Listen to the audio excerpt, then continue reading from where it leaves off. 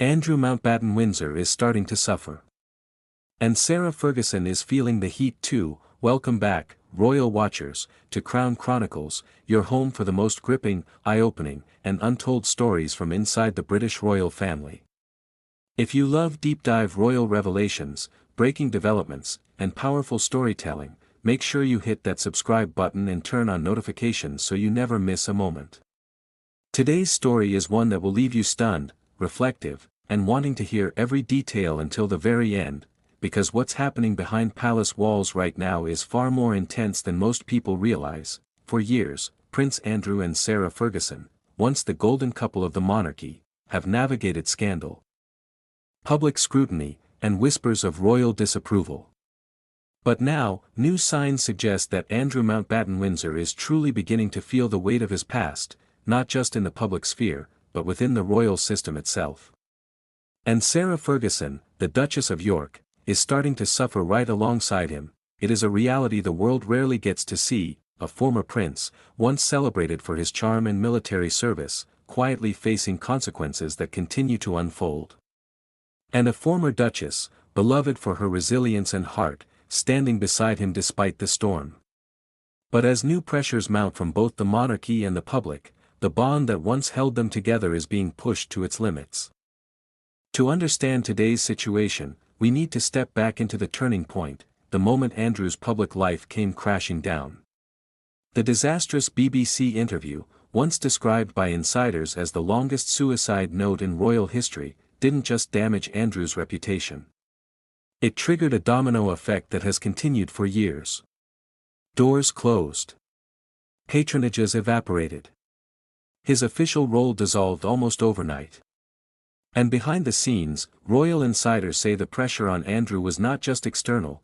King Charles and Prince William quietly made it clear that Andrew's future inside the monarchy would be extremely limited, yet in all of this, Sarah Ferguson remained a constant figure. Their unusual relationship, divorced, yet still living together, still supporting one another emotionally, has always fascinated the public.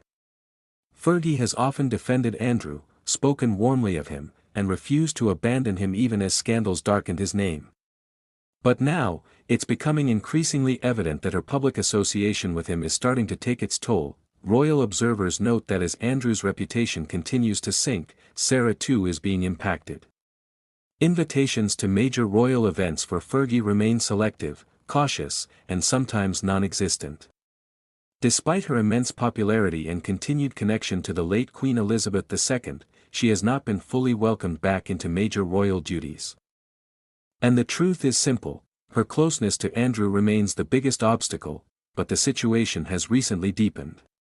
Sources suggest Andrew is struggling not just with public image but emotionally, finding himself more isolated than ever before. His world has become smaller, his influence diminished, and his once comfortable royal role completely erased.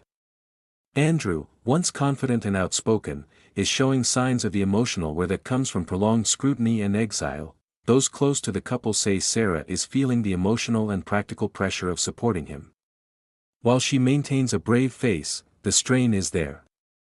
She continues to navigate her own public work, writing, charity appearances, and media projects, but insiders reveal that she feels the weight of Andrew's struggles pressing into her own life. As Andrew suffers, she suffers too, whether she intends to or not. A particularly painful development came when reports suggested that King Charles is determined to limit Andrew's return to any form of public life permanently. Even minor appearances are said to be discouraged. This sends a strong message from the monarch: there will be no pathway back, no rehabilitation project, no carefully managed comeback.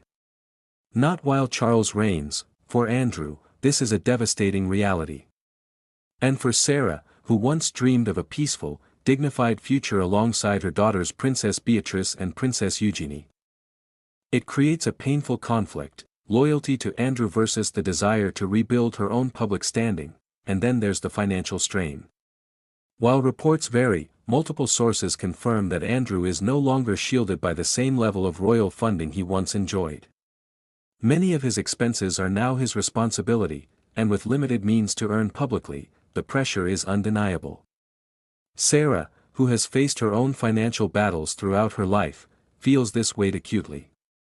Once again, their lives are entwined, but not in the hopeful way some imagined, yet through it all, something remarkable remains unchanged, their loyalty to each other, despite scandals, separations, public criticism, and uncertainty. Andrew and Sarah remain a unit in their own unconventional way. They speak daily. They navigate crises together. They rely on one another emotionally. Their daughters continue to support them both, offering a united family front even as pressures mount from the outside world. This loyalty may be admirable, but it also raises a difficult question: is Sarah Ferguson sacrificing her own future to protect Andrew's? Many royal watchers believe she is. And as Andrew's suffering deepens, Sarah's emotional and public burden only continues to grow. Now, as King Charles reshapes the monarchy and Prince William prepares for a more streamlined royal future, Andrew's position appears more precarious than ever. There is no clear path to redemption. No role for him in the modern royal landscape. And no certainty about what comes next. What is certain is this: Andrew Mountbatten-Windsor is paying a heavy price, a price that extends beyond public opinion and into the very core of his daily life.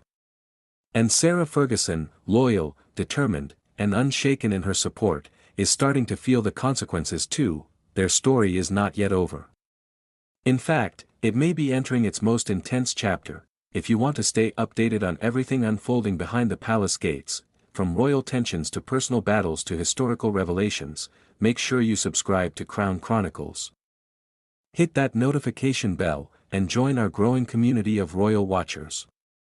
There is so much more to uncover, and you won't want to miss a single moment. Thank you for watching, and stay tuned. The next chapter is coming.